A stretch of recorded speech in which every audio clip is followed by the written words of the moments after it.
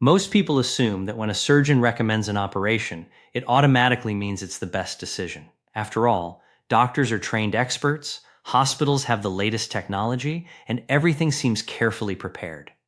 You sign the paperwork believing you're making the safest choice. I used to think the same way.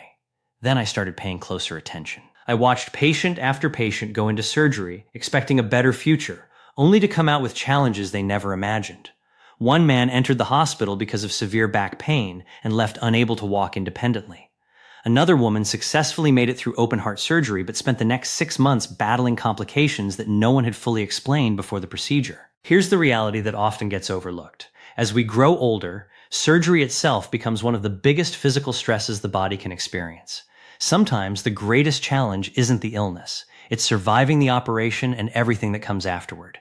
Welcome to Dr. Lee Nutrition Lab. Today, we're going to discuss 5 surgeries that can carry significant hidden risks for adults over 60. This isn't about creating fear or telling you to reject medical treatment. It's about making sure you have the information needed to ask better questions before making life-changing decisions. Before we continue, I want to take just a few seconds to share something important. If you're over 60 or getting close, and your goal is to stay active, independent, and healthy for as many years as possible, I've gathered the same practical advice I regularly share with my own patients into one easy-to-follow guide. Thousands of people have already used it to improve their health after 60. You can find the link on your screen and check it out once you've finished watching. If you find today's discussion useful, please subscribe to the channel, leave a like, and share your thoughts in the comments. Your support helps these important conversations reach more people who may truly benefit from them. Now, let me ask you something. Imagine putting a brand new car and another with 200,000 miles through exactly the same endurance test. No one would expect identical results. Yet for many years, medicine often treated older adults using nearly the same surgical expectations designed for much younger patients. Recovery plans, procedures, and timelines were frequently approached as though every body responded the same way. Thankfully, that mindset is beginning to change. But progress has been slower than many experts would like. When an older adult receives general anesthesia, several organs respond differently than they would in a younger person. The heart works harder to maintain circulation. The lungs need extra time to clear anesthetic drugs. The kidneys process medications more slowly. Perhaps most surprising of all is what can happen inside the brain. Many older patients experience temporary problems with memory, concentration, or mental clarity after surgery. Doctors refer to this as postoperative cognitive dysfunction, and among people over 70, it occurs far more often than most families realize. For some, these changes disappear within days. For others, they can continue for weeks or even months. Let me make one thing perfectly clear. Simply being older should never be the only reason to avoid surgery. I've seen patients in their 80s recover faster than individuals decades younger. Chronological age isn't always the deciding factor. What matters much more is frailty. Frailty is a recognized medical condition that describes a body whose ability to recover from physical stress has been significantly reduced. Around 40% of adults over 75 show signs of frailty, and that percentage rises to nearly 60% once people reach their mid-80s. That's why the most important question isn't, can this person survive the operation? The better question is, can their body successfully recover afterward? Those are two completely different challenges, and understanding that difference can change everything. The first procedure we need to discuss is open heart surgery in frail older adults. Coronary artery bypass surgery is performed every day to restore blood flow around blocked arteries, and for many patients, it can dramatically improve both lifespan and quality of life. However, there's another side of the story that isn't always emphasized. During traditional open heart surgery, the heart is temporarily stopped while a heart-lung machine takes over circulation and oxygen delivery. For someone in good overall health, this process is often well tolerated. But for an older adult already dealing with kidney disease, diabetes, memory problems, or other chronic illnesses, this places tremendous stress on nearly every organ at once. Research has shown that frail elderly patients face much higher rates of serious complications after this type of surgery, including stroke, kidney failure, prolonged confusion, and extended dependence on breathing support. For individuals considered especially high risk, the first month following surgery can be the most dangerous period. The encouraging news is that many patients now have less invasive treatment options available. One example is catheter-based valve replacement, commonly known as TAVA, which allows doctors to replace certain heart valves without opening the chest or stopping the heart. This doesn't mean traditional heart surgery should automatically be avoided. It simply means every patient deserves to ask one important question before making a decision. Am I eligible for a less invasive procedure? That single conversation could completely change the treatment plan. The second surgery worth discussing is aggressive spinal surgery. Back pain becomes increasingly common with age. In fact, it's rare to meet someone over 70 who hasn't dealt with ongoing back discomfort at some point. Because of that, more older adults are being offered complex spinal operations involving fusions, decompressions, and implanted hardware. To be clear, there are situations where spinal surgery is absolutely necessary. When the spinal cord is being severely compressed, or someone is losing bladder control or facing paralysis, immediate surgery can be life-saving. The concern is with elective spinal fusion performed mainly for long-term back pain. Studies have found that adults over 65 undergoing complex spinal fusion experience complication rates exceeding 40%. These complications may include blood clots, infections, failure of implanted hardware, and damage to nearby sections of the spine that must compensate for the fused area. Even more concerning, many long-term studies show that for older adults with age-related spinal degeneration, aggressive surgery often provides little or no greater pain relief than high-quality physical therapy combined with carefully selected injections, while exposing patients to substantially greater risk. A respected spine surgeon once shared something I've never forgotten. Sometimes the best surgery is the one that never happens. Those words have stayed with me ever since. Have you ever been told surgery was your only option for chronic back pain? Let me know in the comments. I'd genuinely like to hear your experience. The third surgery we'll discuss is major cancer removal procedures. Hearing the word cancer naturally creates an overwhelming desire to remove the tumor as quickly as possible. That's an understandable reaction. But after many years caring for surgical patients, I've learned that successful treatment isn't measured only by removing disease. It's measured by helping someone enjoy more healthy, meaningful years afterward.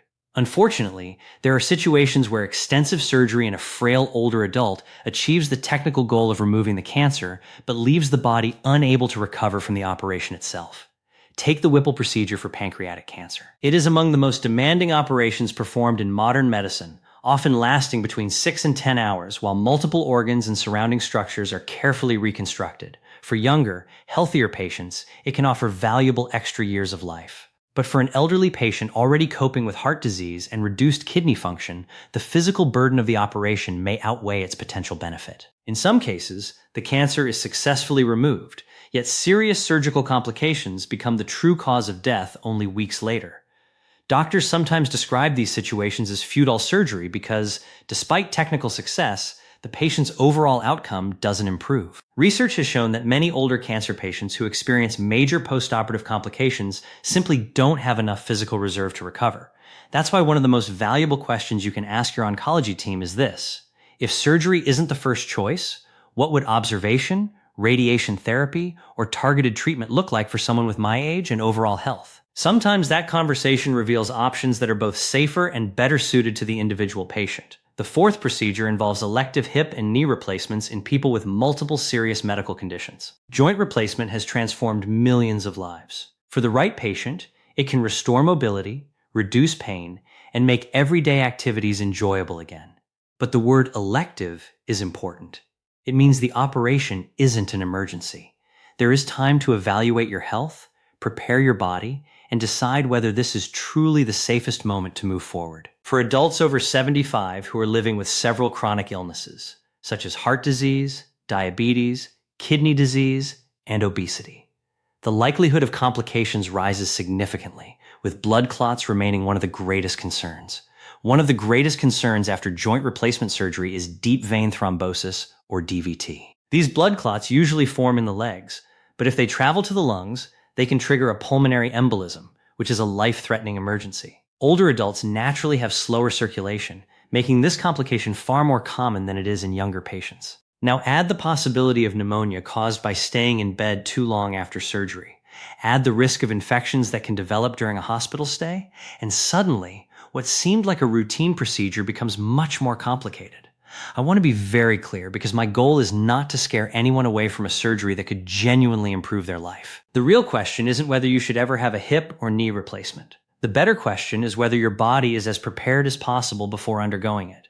Bringing blood pressure under control, improving blood sugar levels, managing weight, and strengthening your heart and lungs before elective surgery can dramatically lower the chance of complications. That's why many hospitals now require high-risk older adults to complete a prehabilitation program before scheduling surgery. Personally, I believe that's one of the smartest changes modern medicine has made. Has your doctor ever talked to you about prehabilitation before recommending surgery? Most people have never even heard the term, but they absolutely should. The fifth surgery on this list is emergency abdominal surgery.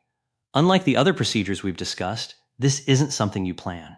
It happens without warning. A perforated intestine, a ruptured appendix, or severe internal bleeding leaves no time for careful decision-making. So why include it here? Because understanding the risks before an emergency occurs helps families make calmer, more informed choices when every minute matters. Among adults over 75, emergency abdominal operations have some of the highest death rates of any major surgical procedure. In the most critical situations, mortality can range from 30 to 50%.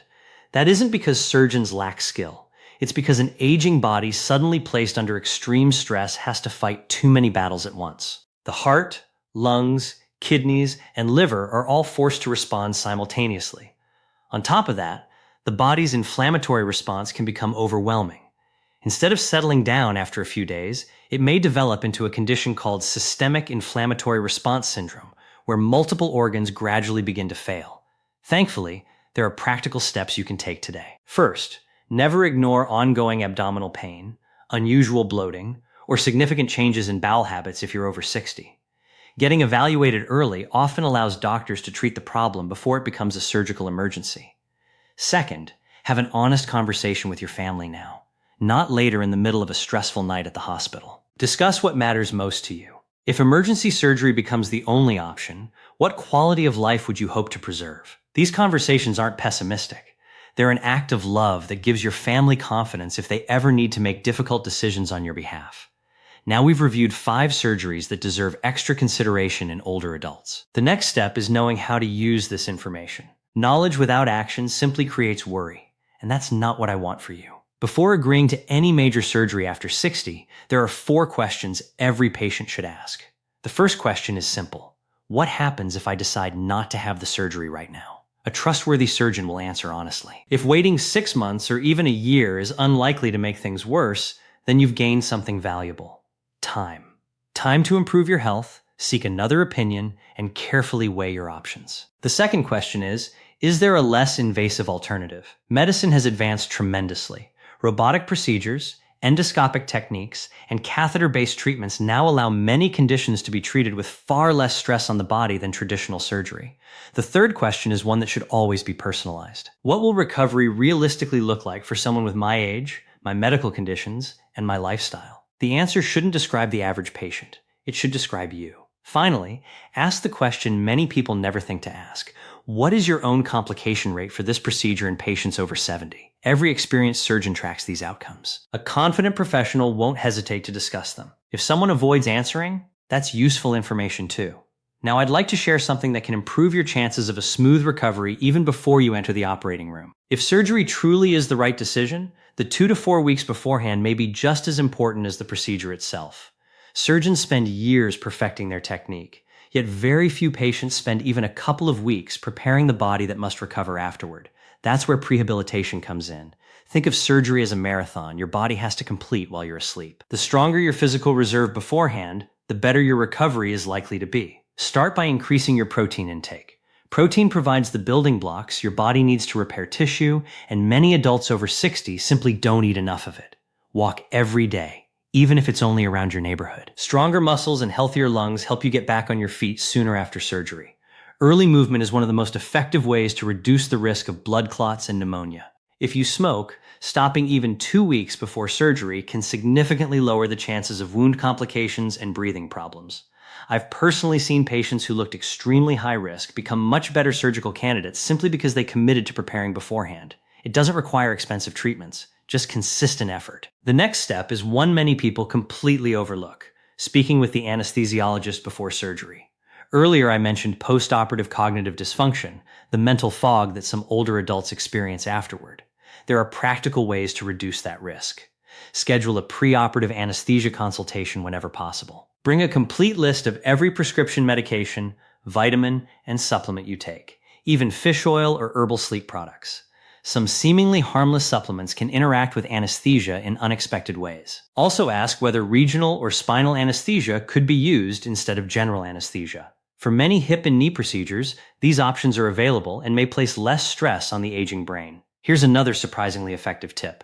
If you normally wear glasses or hearing aids, ask to keep them with you until the procedure begins and have them returned as soon as you wake up. Patients who can immediately see and hear their surroundings tend to experience much less confusion after surgery. The recovery period at home deserves just as much planning. Arrange transportation well before surgery.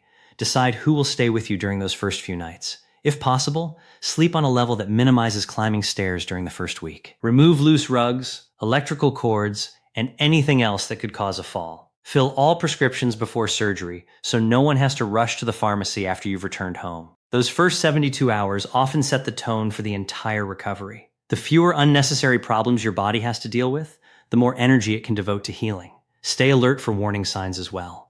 Sudden confusion, fever, or a swollen, painful calf should never be ignored.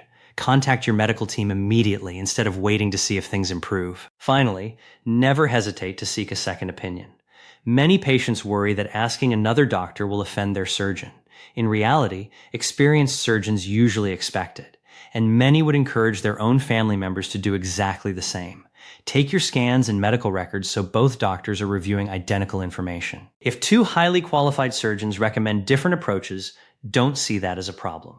See it as valuable insight that helps you make a more informed decision. Everything we've discussed today is about preparation, not fear. A patient who enters surgery informed, physically stronger, and well organized has a very different outlook from someone who arrives frightened and unprepared, even if both undergo exactly the same procedure. Before we finish, there's one final lesson I'd like to leave you with. Over the years, I've realized that the way surgery is recommended often tells you just as much as the operation itself. The first warning sign is being pressured to decide immediately. Of course, if you're experiencing internal bleeding or another true emergency, quick action is essential. But when it comes to elective surgery, genuine urgency is uncommon.